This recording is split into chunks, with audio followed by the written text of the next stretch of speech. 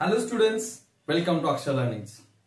आता ऑलरेडी आपण एक 100 डेजचा प्लॅन बघितलेला आहे. 100 डेजचा प्लॅन मी तुम्हाला दिलेला आहे की 100 डेज मध्ये तुम्हाला कसा अभ्यास करायचा आहे, कोणत्या पद्धतीने तुम्हाला सिलेबस कव्हर करायचा आहे. मग तुमचे मिड टर्म म्हणजे टर्मिनलची एक्झाम असेल किंवा त्यानंतरचा जो काही तुम्हाला राहिलेला पोर्शन आहे तो कव्हर कसा करायचा असेल किंवा तुमचा काहीच अभ्यास झालेला नसेल तर डे 1 टू डे 100 पर्यंत या 100 डेज मध्ये कोणत्या पद्धतीने तुम्ही जर का सिलेबस कव्हर केला की तुम्हाला चांगला स्कोर एक बोर्डाच्या एक्झाम मध्ये येऊ शकतोय, यासाठी आपण एक टेम्पररी प्लॅन बनवलेला आहे. सो त्यानुसार फॉलोअप करत असताना की कोणत्या सब्जेक्टचा अभ्यास कसा करावा हा मेन क्वेश्चन येतो. कारण टाइम लिमिटेड आहे. टाइम लिमिटेड असताना आपल्याला जर का फायनल आउटपुट चांगला काढायचा असेल तर आपली डिरेक्शन चांगली पाहिजे. सो त्या डिरेक्शनना विचार करत असताना आपल्याजवळ एक स्ट्रॅटेजी पाहिजे प्रत्येक सब्जेक्ट वाईज. म्हणजे कोणत्या सब्जेक्टचा अभ्यास मी किती करायला पाहिजे, कोणत्या पद्धतीने करायला पाहिजे जेणेकरून या 100 डेज मध्ये माझा सिलेबस कव्हर होऊन जाईल. सो आजच्या लेक्चरमध्ये डिस्कस करूया की अशी कोणती स्ट्रॅटेजी आहे जी फॉलो केल्यानंतर मला या 100 डेज मध्ये ओव्हरऑल सगळा सिलेबस करता येईल जेणेकरून मला चांगला रिझल्ट भेटू शकतो. सो आजच्या लेक्चरमध्ये आपण बघणार आहे ती कोणती स्ट्रॅटेजी आहे. ती स्ट्रॅटेजी फॉलो केल्यानंतर आपला जो काही सिलेबस आहे तो इन टाइम मध्ये कव्हर होऊन जाईल, प्लस आपल्या माइंडसेटमध्ये तो व्यवस्थित राहायला पाहिजे जेणेकरून आपल्याला आउटपुट चांगले मिळायला पाहिजे. सो आजच्या लेक्चरमध्ये जे काही तुमचे सब्जेक्ट आहेत ते सब्जेक्ट मी 3 टाइप मध्ये डिवाइड केलेले आहेत. ओके, सो फर्स्ट टाइप आहे तो तुमचा लँग्वेज सब्जेक्ट. मग त्याच्यामध्ये तुमचा मराठी, हिंदी अँड इंग्लिश हे तिन्ही लँग्वेज आले.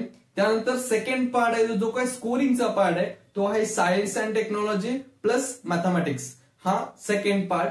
आणि थर्ड पार्ट मध्ये आहे तुमचे सोशल सायन्स, सोशल स्टडीजचे सब्जेक्ट जसे की हिस्ट्री, सिव्हिक्स अँड जिओग्राफी. मग या प्रत्येक सब्जेक्टचा अभ्यास करत असताना कोणत्या पद्धतीने करायचा, कोणत्या टॉपिक वरती किंवा जे काही क्वेश्चन्स येणार आहेत अशा कुठल्या पार्ट वरती मला जास्त फोकस केले पाहिजे जेणेकरून मला एक्झाम मध्ये जास्त आउटपुट मिळेल. सो फायनली आपल्याला इथे काय करायचं, स्कोरिंग जास्त करायचं आहे, मार्क्स जास्त काढायचे. मग कोणत्या ठिकाणी फोकस केल्यावरती मार्क्स जास्त मिळतात हे आपल्याला महत्वाचं आहे. सो बघूया 1 बाय 1 या सब्जेक्ट वरती कोणत्या पॉइंट वरती जास्त फोकस करणं गरजेचं आहे. सो फर्स्ट पार्ट आहे that is the language part. तो जो काही लँग्वेज पार्ट आहे ह्याच्यामध्ये 2 महत्वाचे मुद्दे आहेत. पहिला आहे तो कॉम्प्रिहेन्शनचा पार्ट, सेकंड आहे तो रायटिंग स्किल. आता कॉम्प्रिहेन्शनच्या पार्ट मध्ये काय असणार आहेत, पॅसेजेस, सीन, अनसीन पॅसेज, त्यानंतर पोएम्स असणार आहेत. ओके, म्हणजेच मराठी आणि हिंदीमध्ये काय असणार आहेत, गद्य विभाग, पद्य विभाग आणि स्थूल वाचन.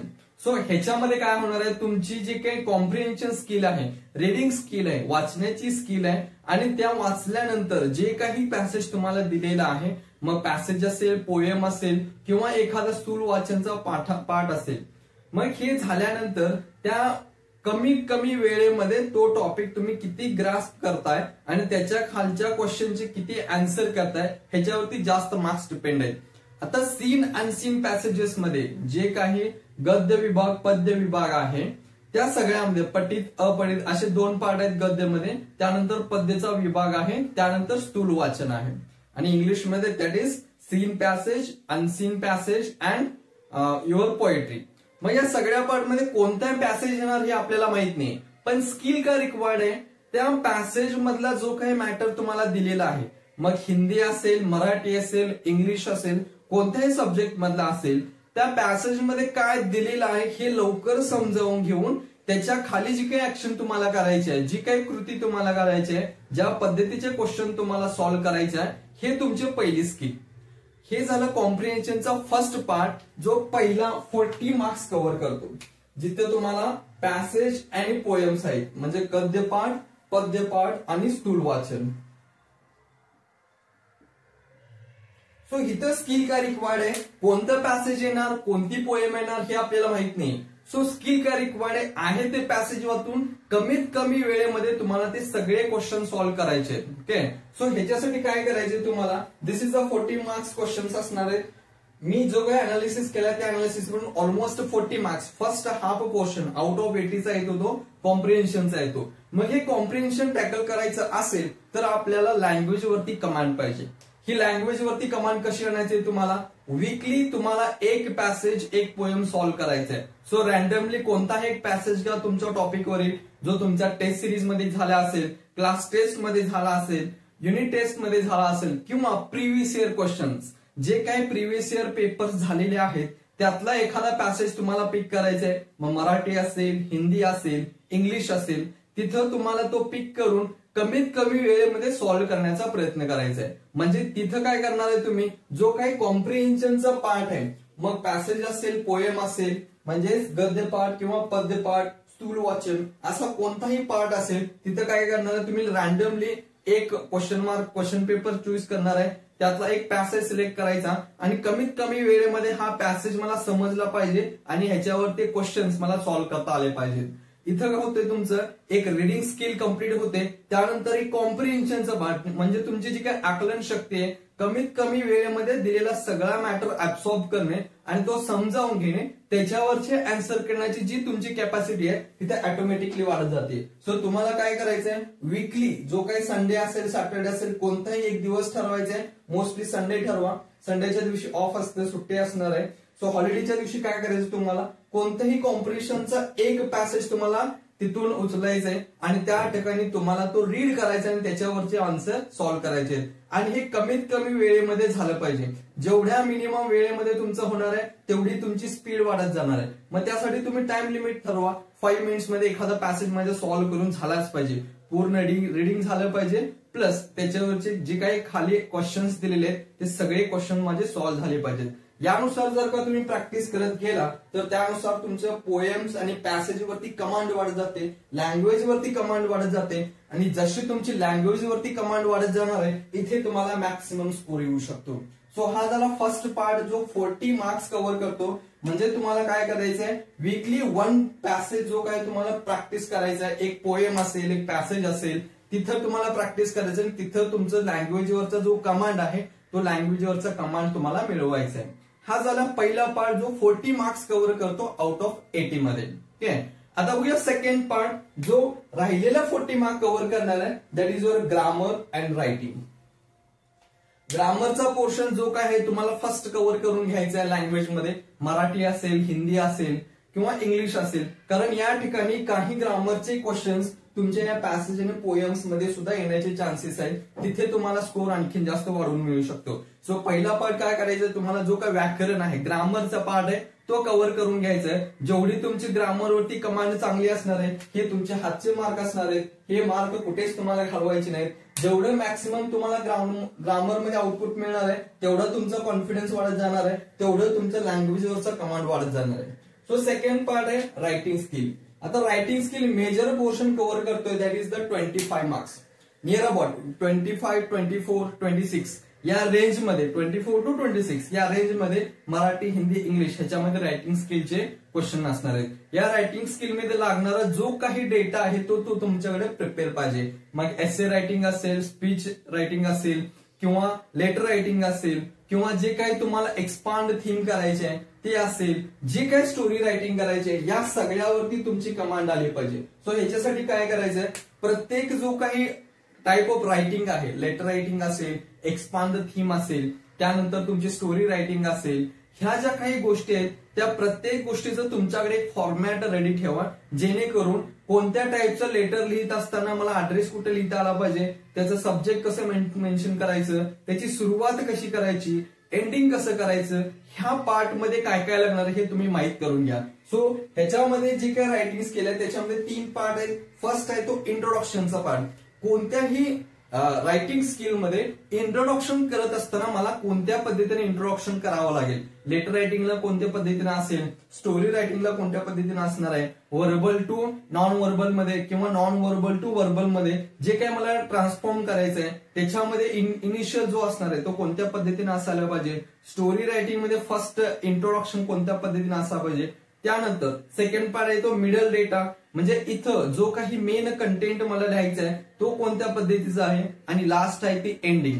सो हे तिन्ही पार्ट नुसार तुम्हाला जो काही रायटिंग स्किल आहे त्या रायटिंग स्किलचं एक तुमच्याकडे डेटा फ्रेम तयार पाहिजे, जेणेकरून एखादा क्वेश्चन अचानकपणे समोर आला तर त्याला टॅकल करत असताना कोणत्या पद्धतीचं फॉर्मॅट मला पाहिजे, क्वेश्चन काय आहे आणि मला या रायटिंग स्किल मध्ये काय लिहायचंय हे तुम्हाला माहित करून घ्यायचं. सो तुमचं फर्स्ट टार्गेट पाहिजे जो काही लँग्वेज आहे या लँग्वेज मध्ये फर्स्ट 40 मार्क्स कव्हर करणे. ओके, या 40 मार्क्स मध्ये काय करायचं तुम्हाला, फर्स्ट आहे तो ग्रामर कव्हर करायचा आहे, जो तुमचा लँग्वेजचाच पार्ट आहे. सेकंड आहे रायटिंग स्किल. रायटिंग स्किल वरती जास्त फोकस करणं गरजेचं आहे, कारण जो काही लँग्वेजचा पेपर आहे हा खूप लेंदी असतो, कारण कमी वेळामध्ये तुम्हाला जास्त लिहायचं असतं. तुमची रायटिंग प्रॅक्टिस, जी काही रायटिंग स्पीड आहे ती जास्त पाहिजे, आणि त्या रायटिंग स्पीड वरती कमांड घ्यायची असेल तर सुरुवातीला या गोष्टीसाठी तुम्ही प्रिपेअर पाहिजे. म्हणजे लेटर रायटिंग मध्ये कसं लिहिता आलं पाहिजे, टॉपिक बघितलं लक्षात आलं पाहिजे की इंट्रोडक्शन काय आहे, त्यानंतर मिडल पोर्शन काय आहे आणि एंडिंग पोर्शन काय आहे, ह्याच्यामध्ये मला काय लिहायचंय तिथं तुमची कमांड पाहिजे. ओके, सो रायटिंग स्किल आणि ग्रामर हे कव्हर करणारे तुमचे 40 मार्क्स. आणि राहिलेला जो काही 40 मार्क्स आहे तो आहे कॉम्प्रिहेन्शन अँड कॉम्प्रिहेन्शनचा पार्ट, म्हणजे तुमचे पॅसेज आणि पोएम हे तुमचे 40 मार्क्स कव्हर करतात. सो ही आहेत 2 पार्ट 40+40 जिथे तुम्हाला फोकस करायचं आहे.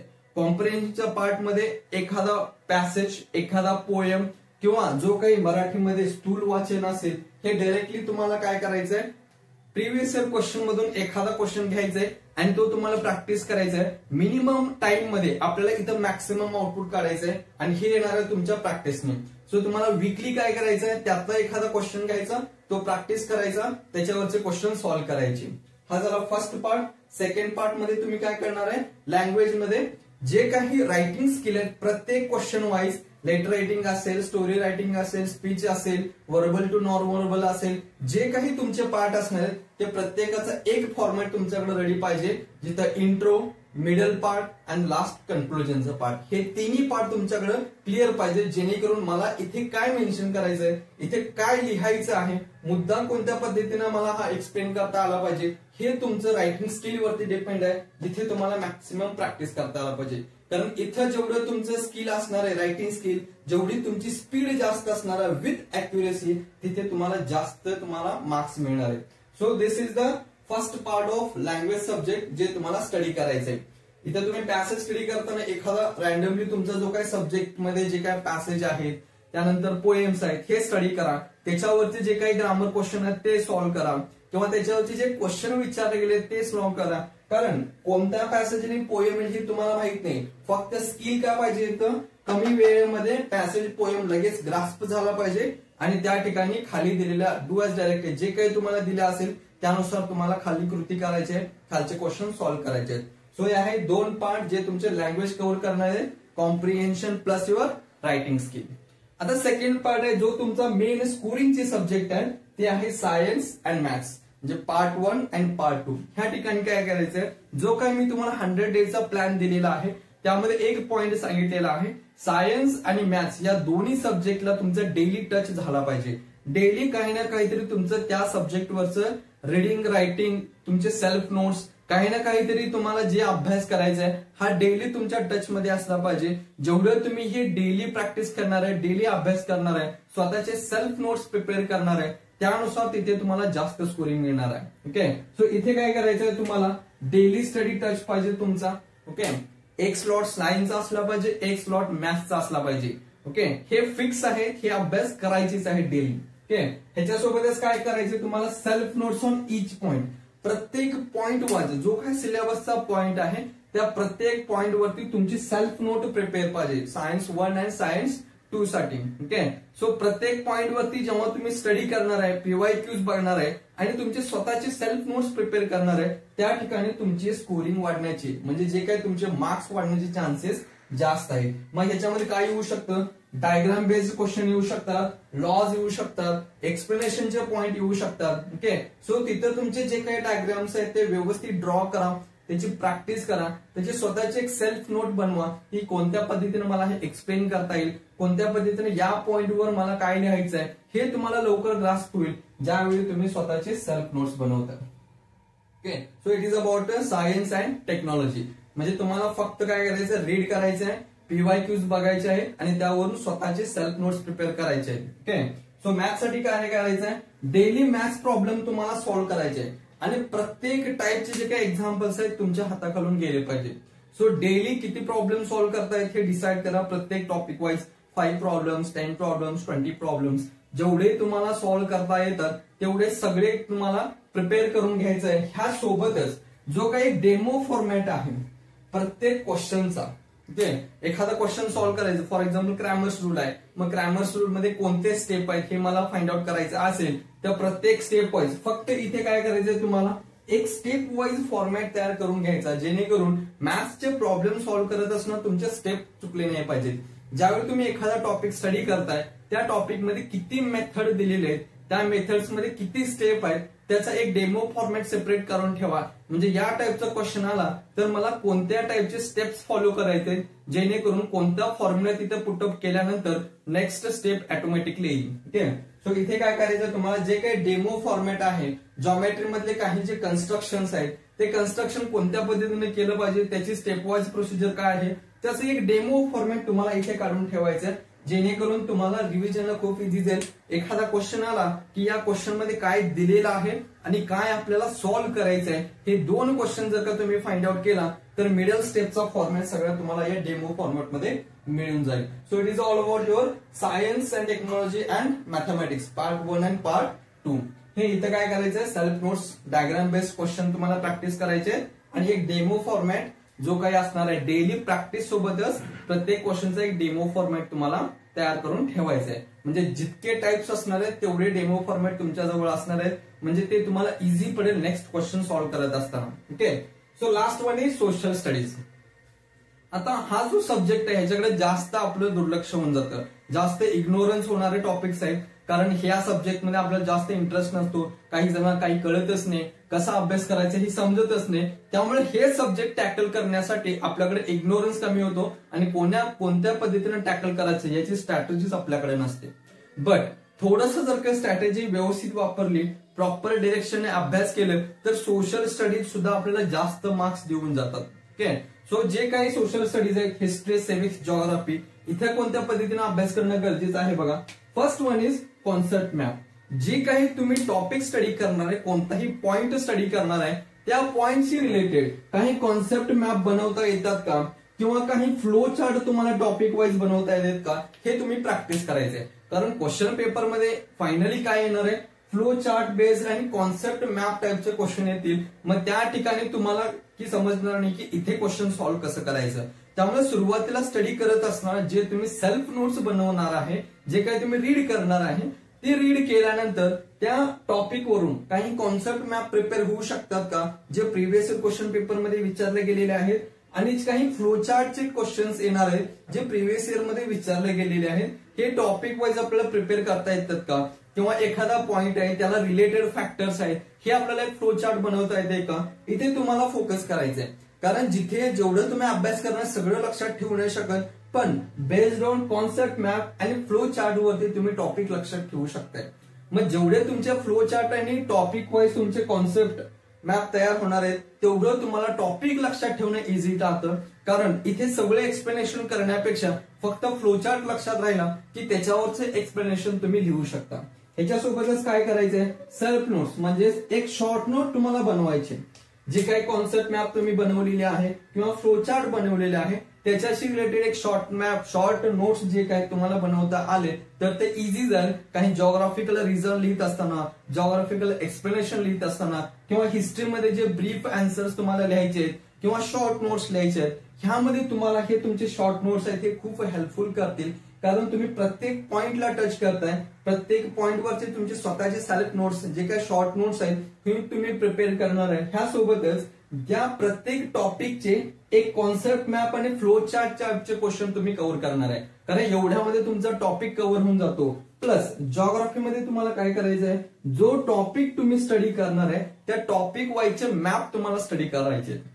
फॉर एक्झाम्पल लोकेशन एक्सटेंड मध्ये की ब्राझील इंडियाचं लोकेशन कोणत्या टाईपचं आलेलं आहे, इक्वेडोर कुठून पास होतो, ट्रॉपिक ऑफ कॅन्सर कुठून पास होतो, त्यानंतर कुठल्या टाईपचा छोटा सिटी दिलेला आहे, मोठी सिटी कोणती आहे, त्यानंतर बाउंड्रीज मध्ये कोणते कोणते आहेत, त्यानंतर विच टाइप्स ऑफ पॉप्युलेशन कोणती आहे, हे सगळं तुम्हाला जे काय नॅचरल व्हेजिटेशन पॉइंट आहे ह्याच्यानुसार तुम्हाला फक्त टॉपिक वाईज मॅप स्टडी करायचे. इथे कॉन्सेप्ट मॅप, फ्लो चार्ट, हिस्ट्रीसाठी तुम्हाला स्टडी करायचे, जिओग्राफीसाठी जे काही तुम्ही सेल्फ नोट्स किंवा शॉर्ट नोट बनवणार आहे ह्यासोबतच टॉपिक वाईज मॅप तुम्हाला स्टडी करायचे.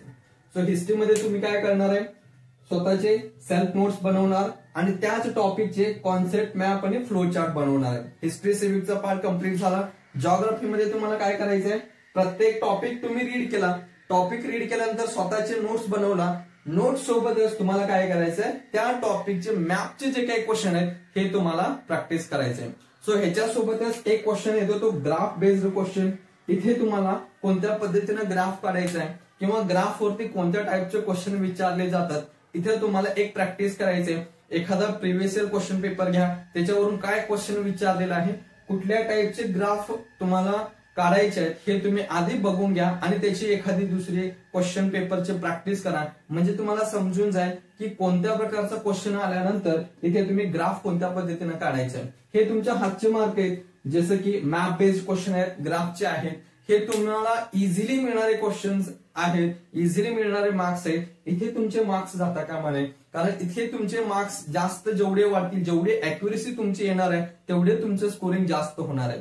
सो हिस्ट्री सिविक्स मध्ये तुम्हाला सिम्पली नोट सोबतच कॉन्सेप्ट मॅप आणि फ्लो चार्ट करायचे आहे, जिथे तुम्हाला क्वेश्चन बेस्ड जे काही येणार आहे ते तुम्हाला सॉल्व्ह करता येतील. आणि जिओग्राफी मध्ये सेल्फ नोट सोबतच प्रत्येक टॉपिक वाईज मॅपचा स्टडी करायचा आहे आणि ग्राफचा स्टडी करायचा आहे. So it is all about your social studies strategy. So इथे तुम्हाला तिन्ही पार्ट मध्ये 3 languages plus science and technology part 1 part 2, mathematics part 1 part 2 दोन्ही स्ट्रॅटेजी प्लस सोशल स्टडीज म्हणजे हिस्ट्री सिविक्स आणि जिओग्राफी यासाठी तुम्हाला स्ट्रॅटेजी दिलेली आहे. या स्ट्रॅटेजीनुसार जे काही तुम्हाला 100 डेजचा प्लॅन दिलेला आहे त्या 100 डेजच्या प्लॅन मध्ये ओव्हरऑल सिलेबस कव्हर करण्याचा नक्कीच प्रयत्न करा. जेवढं तुम्ही मॅक्सिमम आउटपुट देणार आहे तेवढं तुम्हाला तिथे आउटपुट मिळणार आहे, कारण इथे इनपुट देणं खूप महत्वाचं आहे. जेवढं इनपुट तुमचं जास्त जाईल तेवढं मॅक्सिमम आउटपुट तुम्हाला मिळणार आहे. सो इथे महत्वाचं आहे तुमची self study, self notes with comprehension, writing skill first part मध्ये. ओके, कॉम्प्रिहेन्शन आणि रायटिंग स्किलचा दोन्ही पार्ट. त्यानंतर science and technology self notes, diagrams and demo format mathematics साठी. आणि सोशल स्टडी साठी लागणार आहेत self notes, concept map, flow charts and map आणि ग्राफ बेस्ड क्वेश्चन. सो हे आहे तुमचे हिस्ट्री जिओग्राफी बद्दल. So this is all about your overall strategy for each and every subject. प्रत्येक सब्जेक्ट साठी काय स्ट्रॅटेजी पाहिजे, कोणती स्ट्रॅटेजी फॉलो केल्यानंतर कोणता सब्जेक्ट कव्हर होणार आहे. लँग्वेज सब्जेक्ट कव्हर करायचे असेल, मॅक्सिमम आउटपुट मला मिळायचं असेल तर मला कुठं फोकस केलं पाहिजे, कॉम्प्रिहेन्शन अँड रायटिंग स्किल दोन्ही ठिकाणी. त्यानंतर सेकंड, सायन्स मॅथ्स मध्ये डेली टच केल्यानंतर कोणत्या पद्धतीने अभ्यास केल्यानंतर मला जास्त स्कोरिंग मिळणार आहे. आणि राहिला सोशल स्टडीजचा पार्ट, हे तिन्ही subject history civics and geography अभ्यास करत असताना कोणत्या पद्धतीने अभ्यास करणं गरजेचं आहे, जेणेकरून तुमचा ओव्हरऑल सिलेबस कव्हर होईल, प्लस इन टाइम मध्ये तुमचे सेल्फ नोट्स रिव्हिजन कम्प्लीट होईल आणि बोर्डच्या एक्झाम मध्ये तुम्हाला मॅक्सिमम आउटपुट मिळण्याचे चान्सेस आहेत. जिथे तुम्हाला तुमच्या मनाप्रमाणे जेवढं तुम्ही स्कोरिंग ठरवणार आहे त्या स्कोरिंग मिनिमम 90 प्लस स्कोर जाण्याचे चान्सेस तुमचे जास्त असणार, कारण अजूनही तुमच्याकडे वेळ आहे. पण जेवढा इनपुट तुम्ही देणार आहे तेवढंच तुम्हाला आउटपुट मिळणार आहे. सो बेटर वे, एक पर्सेंटेज तुम्हाला किती कव्हर करायचं, मॅक्सिमम स्कोरिंग झालं पाहिजे. सो मॅक्सिमम स्कोरिंग होण्याच्या दृष्टिकोनातून तुम्हाला ही स्ट्रॅटेजी दिलेली आहे. ही स्ट्रॅटेजी फॉलो करा. कॉम्प्रिहेन्शनचा पार्ट आहे तो वीकली सॉल्व्ह करा. आणि जो काही तुमचा रायटिंग आणि ग्रामर आहे तो कमीत कमी वेळेमध्ये, जेणेकरून डिसेंबर एंडिंग पर्यंत तुमचा प्रत्येक एकाचा फॉर्मॅट तयार होईल, त्याची प्रॅक्टिस होईल, त्याची कमांड येईल, याचं लक्षात ठेवून घ्या. आणि कॉम्प्रिहेन्शन वरती वीकली एखादा पॅसेज पोएम सॉल्व्ह केल्यानंतर तुमची कमांड येईल. ग्रामरचा पोर्शन लवकरात लवकर फिनिश करा. म्हणजे जसं तुमचा ग्रामर संपेल, रायटिंग स्किल वरती तुमची कमांड येणार आहे, त्यासोबतच वीकली पॅसेज वगैरे सॉल्व्ह केल्यानंतर तुमची कॉम्प्रिहेन्शन वरती कमांड येईल, जिथे तुमचा ओव्हरऑल जो काही लँग्वेजचा पोर्शन आहे तो कव्हर होऊन जाईल. डेली टच केल्यामुळे सायन्स मॅथ्स तुमचे सब्जेक्ट चांगले होतील. आणि यासोबतच त्या सायन्स आणि मॅथ्स या सब्जेक्ट सोबतच जो सोशल स्टडीचा एक सब्जेक्ट, एका दिवशी हिस्ट्रीचा टॉपिक केला, त्यानंतर जिओग्राफीचा टॉपिक कव्हर केला, असे एक टॉपिक तुम्ही साइड बाय साइड कव्हर करत जाणार आहे या स्ट्रॅटेजीनुसार, जेणेकरून तुम्हाला एक्झाम्स मध्ये मॅक्सिमम आउटपुट मिळण्याचे चान्सेस जास्त आहेत. सो ही स्ट्रॅटेजी तुम्हाला कशी वाटली नक्की कळवा. यासोबतच 100 डेजच्या प्लॅन मध्ये ही स्ट्रॅटेजी फॉलो करा, जेणेकरून तुमचा सिलेबस कव्हर होईल आणि तुम्हाला मॅक्सिमम आउटपुट मिळेल. सो आजच्या लेक्चरमध्ये इथेच थांबूया, भेटूया नेक्स्ट लेक्चरमध्ये.